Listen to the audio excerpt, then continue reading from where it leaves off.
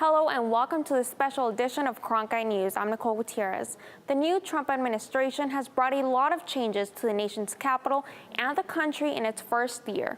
We have a team of reporters based in our Cronkite News Washington bureau dedicated to covering stories there which impact Arizonans here at home. Here are some of our top stories from the Washington bureau. Former Arizona Congresswoman Gabrielle Giffords was back on Capitol Hill today, where friends and former colleagues met to rename the Democratic cloakroom in honor of her and the late Congressman Leo Ryan, both victims of targeted violence. Cronkite News reporter Trevor Fay is live in our Washington newsroom after attending the event. Trevor? Gabrielle Giffords returned to Washington today to have a cloakroom named in her honor. It's been more than 5 years since she walked the halls of Congress, but that has not decreased the admiration that people around here have for the former Tucson Congresswoman. A bipartisan crowd of about 100 turned out to honor Giffords, who was shot in a 2011 assassination attempt. For Arizona Senator Jeff Flake, the memory of that day still brings back emotions. I immediately jumped in my car and drove toward Tucson, only to hear on the way the erroneous report that Gabby had passed on. 6 people were killed in that attack and 13 wounded, including Giffords, who admitted to the crowd that she still has difficulty speaking to this day. But speak she did. I'm still fighting to make the world a better place, and you can too. Get involved with your community. Be a leader, set an example. The naming ceremony honored Giffords and slain California Congressman Leo J. Ryan Jr.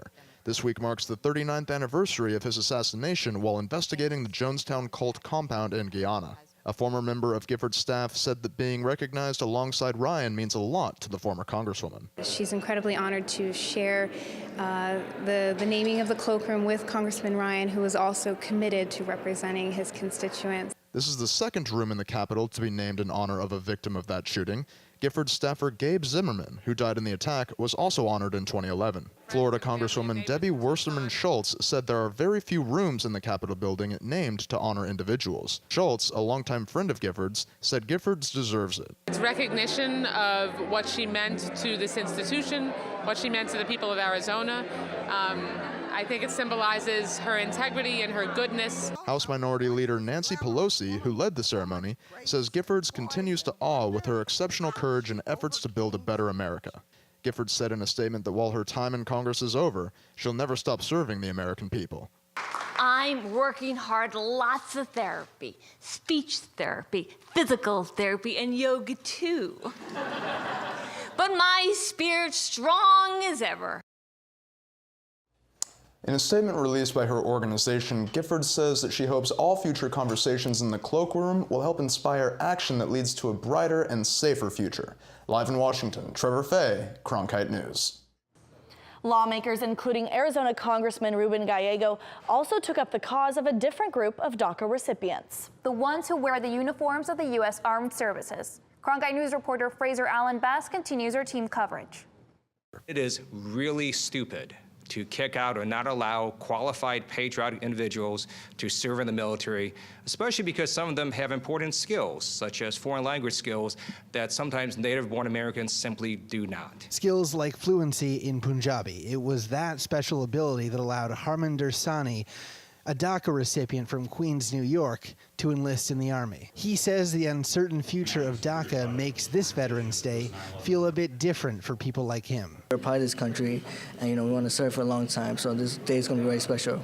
Saini was able to enlist through a special program that accepts non-citizens, including DACA recipients, who have special skills like medical training or fluency in select foreign languages. Lawmakers at the event called for a vote on the Bipartisan DREAM Act to make sure that service members like Sani would be able to serve in the long term. In the meantime, Sani says he will continue to serve and wait for Congress to act. Hopefully it passes soon, helps everyone, helps us DACAs, helps people in the military, and hopefully it gets passed soon, so we're hopeful. In Washington, Fraser Allen Best, Cronkite News. La Paz County officials hope to turn sunlight into gold, or at least more green for the county and its residents. Officials believe a proposed solar power project will bring jobs to the county, but they need help from Congress first. Cronkite News reporter Trevor Fay has the story from our Washington bureau.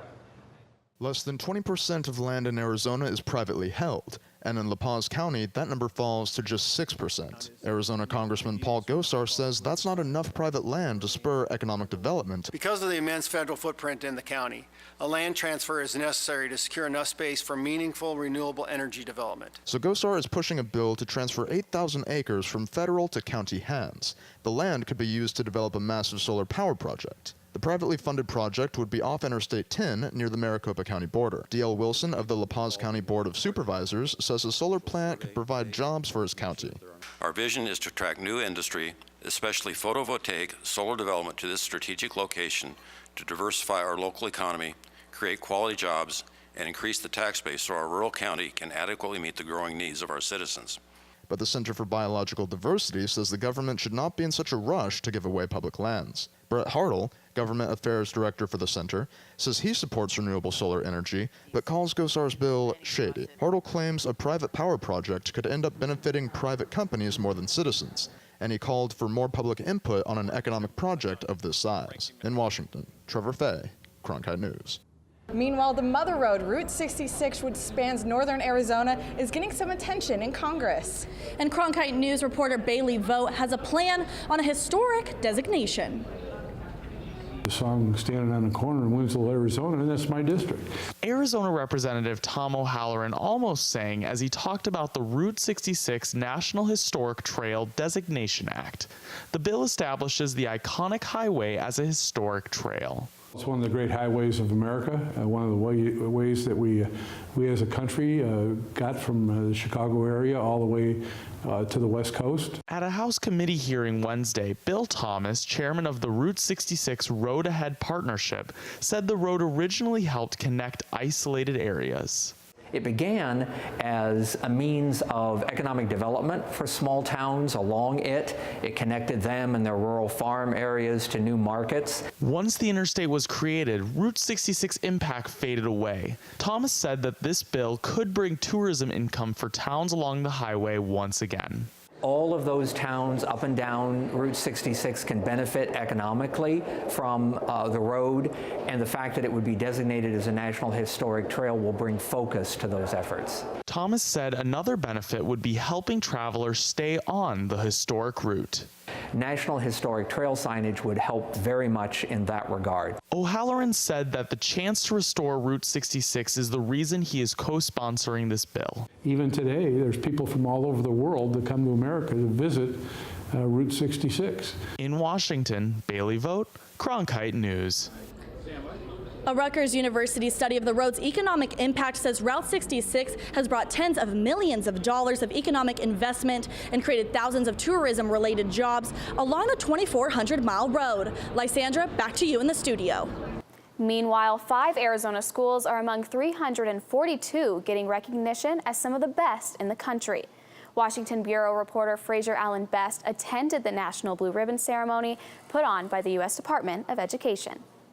Seats were filled with mostly principals, administrators, and teachers, but Jason Phillips, principal of Arizona College Prep, says the thanks at his Chandler school goes to an even wider group. We have parents that greatly support our program and teachers who are extremely dedicated to what they do every day, and we have students who really want to advance and get the best out of their education. Education Secretary Betsy DeVos started the program with praise for the winners before the school's representatives filed across the stage.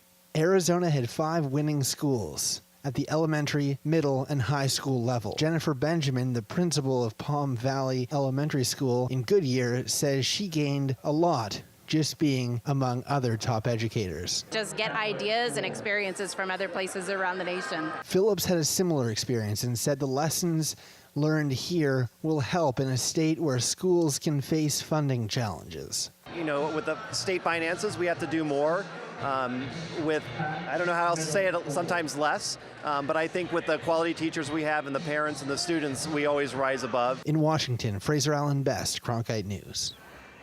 In addition to Palm Valley and Arizona College Prep, other state Blue Ribbon schools were Acacia Elementary in Vail, Franklin at Brimhall Elementary in Mesa, and Seton Catholic Preparatory in Chandler.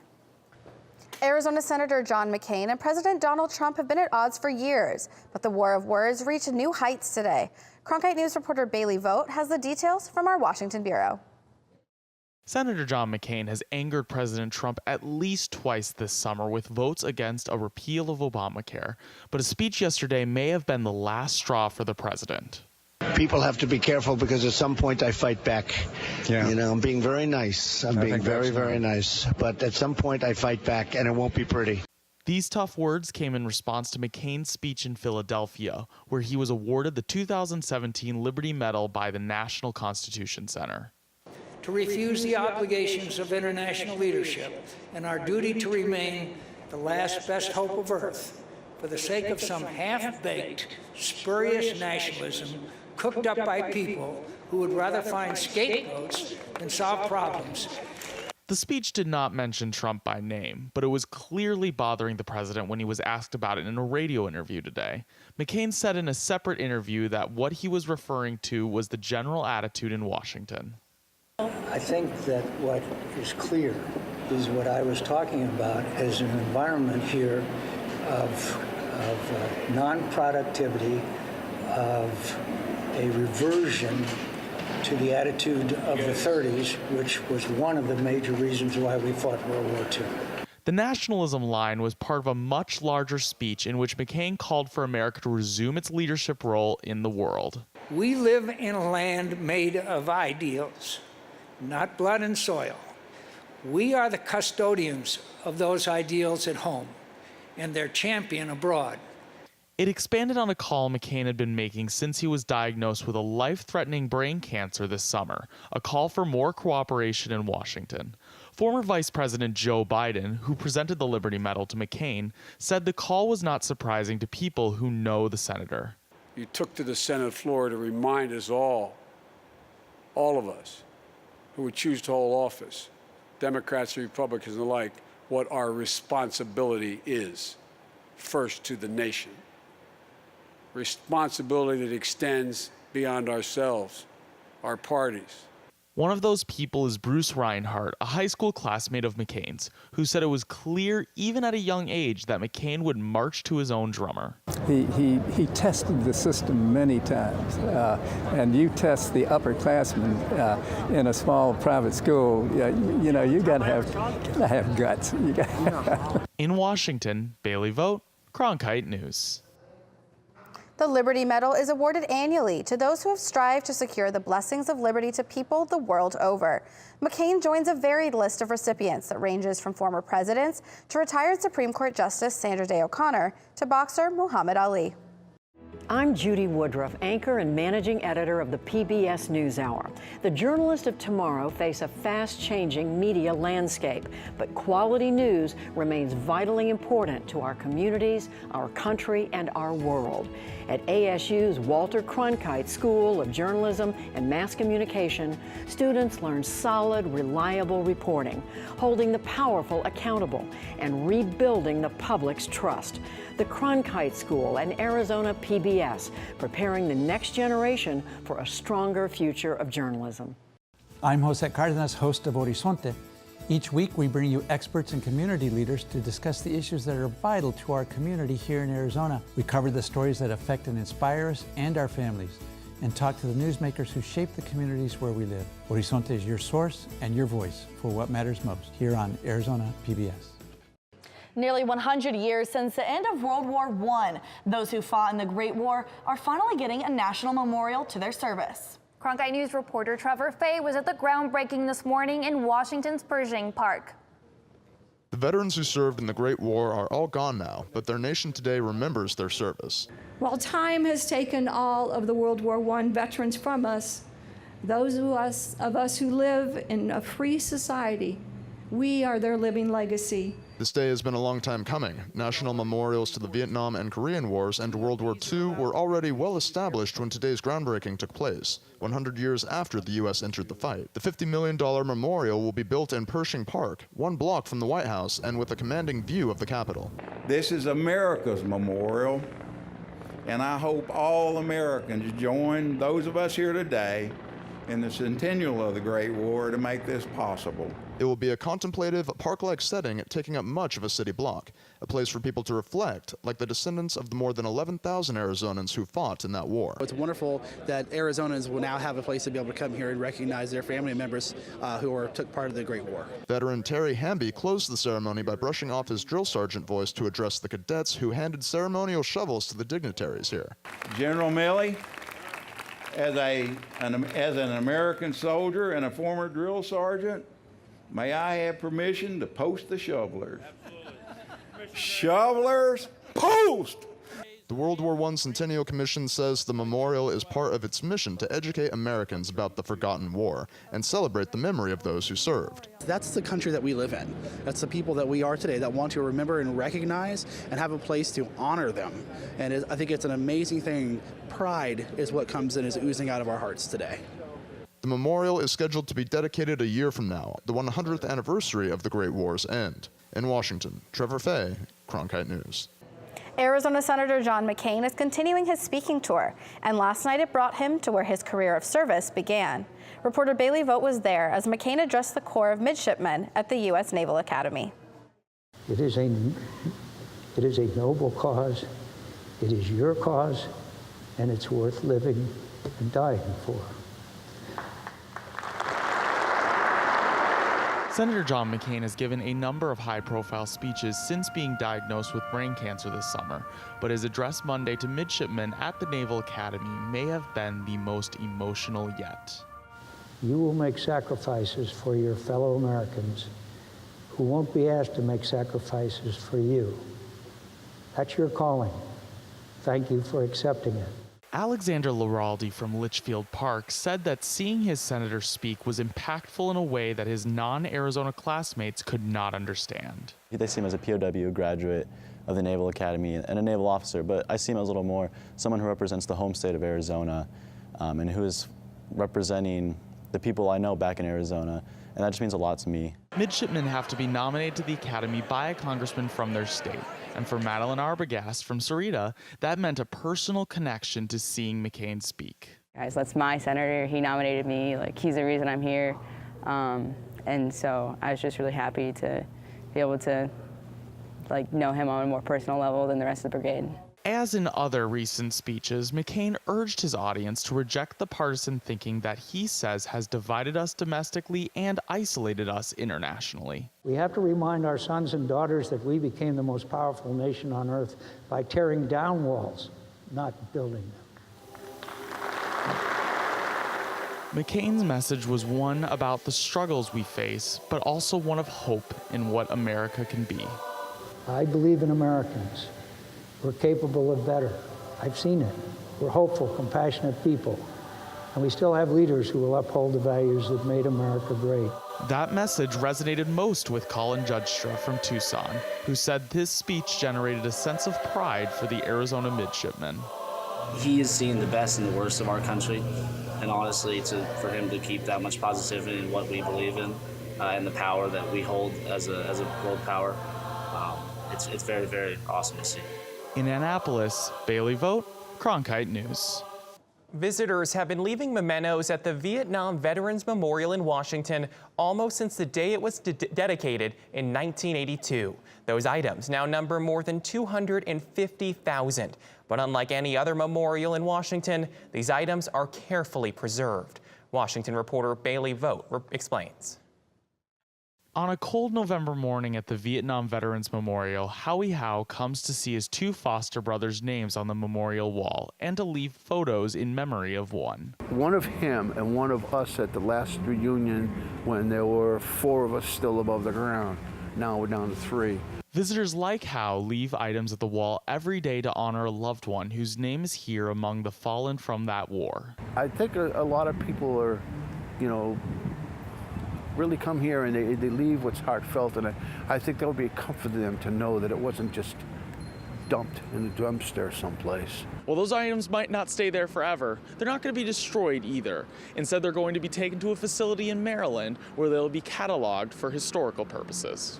The items are brought to this National Park Service warehouse in Landover, Maryland. Museum curator Jan Folkerts oversees the cataloging and preservation of the estimated 200 to 250,000 items.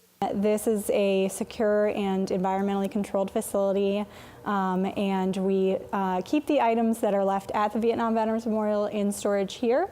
Those items come from all over the map in more ways than one. From Arizona alone, Folkerts shows items ranging from an APH-5 flight helmet to postcards, from hats to stuffed animals. Folkerts says that the main focus of the collection is to keep a record of the stories that the Vietnam War created, no matter how incomplete they are. What we get is what we get, but we get so many different stories and so many different things that it really tells so much of what happened in Vietnam and what's happening since, and why the memorial is important to different people. Howe agrees, saying that he appreciates what leaving an item at the wall allows for those who lost loved ones during the war. People leave things that they don't necessarily be understood by others, but they're significant to them for whatever reason. On the National Mall, Bailey Vogt, Cronkite News. A new museum in the nation's capital is bringing the history of the Bible into the 21st century. Washington Bureau reporter Trevor Fay talked with some Arizonans who were there for its opening this weekend. When you walk into the new privately funded Museum of the Bible, there's one thing you may not see right away: Bibles. Officials say they wanted focus on how the Bible has impacted history, as museum co-founder Steve Green explains. We want to take a moment to set our differences aside and say, here is a book that has changed our world, that has impacted lives, and we want to celebrate it in this facility. It's a strictly non-denominational facility meant to recognize a wide range of beliefs, according to museum executives. We don't advocate any specific faith tradition. This book is the foundation of many faiths and many faith traditions, and so we want to honor all of them. The Museum of the Bible is also on the cutting edge of technology. Exhibits allow visitors to learn from the past through touchscreen displays, which caught the eye of 2 Arizona residents. It's more than just a museum. I mean, there's so much beautiful art and interaction in how people's daily lives were lived. It's not just the high-tech environment that draws a crowd. The museum sits just a stone's throw from the National Mall. Standing on the 6th floor of the 430,000 square foot Museum of the Bible in Washington, D.C., you're able to see a commanding view of the Capitol Dome. Just one more detail that was included in the 3-year construction of this building. With the opening of the museum, officials say they hope to educate millions of people about the scriptures in the years to come, a sentiment shared by some in attendance today. We believe that people need to study the words, and they need to read and know their history. In Washington, Trevor Fay, Cronkite News. Members of Congress, Capitol Hill Police, and former NFL stars came together last night for a game of football. Fraser Allen Best has a story from Washington. Shedding their suits, ties, and partisan stripes, members of Congress donned jerseys and cleats Wednesday for a fierce but friendly game of touch football against the Capitol Police. Arizona Congresswoman Martha McSally was among them, eager for kickoff. So this is the culmination of weeks and weeks of practice early in the morning, out there on the field in rain and sunshine. The game has been played since 1998, but this year is different. The day comes less than 4 months after House Majority Whip Steve Scalise was shot at a baseball practice for another congressional charity game. Halftime recognized the bravery of Crystal Griner and David Bailey, 2 Capitol officers who responded to the attack. Please accept these autographed footballs. To see Steve Scalise and Crystal and David here is just awesome. I mean, it's a miracle they're all alive, and because of Crystal and David, it's a miracle that so many people are alive. Members, everybody was out there that day. But there was still another half of the football game to be played. Yeah, I mean, we still want to win, don't get me wrong, but we're really grateful for the Capitol Police. Going into the 4th quarter, the lawmakers were only trailing 7-0. Former Cardinals linebacker Ken Harvey remained optimistic from the sidelines. We're holding them with all the turnovers, everything that we've had. We're still holding them. But as the clock hits 0, the score stays the same. McSally is happy to have come together, but stays eager to settle the score. It was a great cause, great game, great camaraderie, good competition. You always want to win, though, so we'll be back in 2 years. Cronkite News, Fraser Allen Best, Washington. With midterm elections shuffling the congressional lineup, we can expect a rematch in 2019. Skin cancer is a problem in Arizona, and now it seems even young students are looking for solutions. Cronkite News reporter Trevor Fay went to the Broadcom Masters Science Fair to see how one Scottsdale student is changing how we think about skincare. Adjourn Morthy started out as just one of nearly 2,500 young scientists in the Broadcom Masters Science Competition. Now, he's among the 30 finalists. But for Morthy, this goes beyond competitions and prizes. His project, which aims to lower rates of melanoma, has personal elements as well. I had a PE teacher who also had melanoma, and he had to go through chemotherapy. So that was one of my major inspirations. And also, in Arizona, my mom has some friends who also had melanoma, so it's a pretty change. It's impact that that is not good, and they had to go through some tough times to get over it. Morthy designed a phone app to give people twice daily reminders to wear sun protection. Although it may seem like common sense to some, Morthy's research found that as soon as the regular reminders stopped, people fell back into neglectful habits. Maya Ejmira of the Society for Science and the Public says programs like Broadcom Masters are vital for the success of young STEM students. The Broadcom Masters, again, is the most powerful talent pipeline in the country for middle school science students. These are the best of the best. And, you know, it gives me great hope, you know, really talking to these young people. As one of those young people, Morthy has been quick to explain how his project works and how it could help the people of Arizona. Or it'll take a zip code, the user inputs whatever zip code they're in, and it'll give them the UV index, the amount of exposure for that particular day, the skin damage, the amount of time it'll take for them to start getting skin damage, and the precautions they should take to avoid that. Morthy says he hopes Arizonans will take his app into account when looking for ways to protect themselves from the sun. In Washington, Trevor Fay, Cronkite News.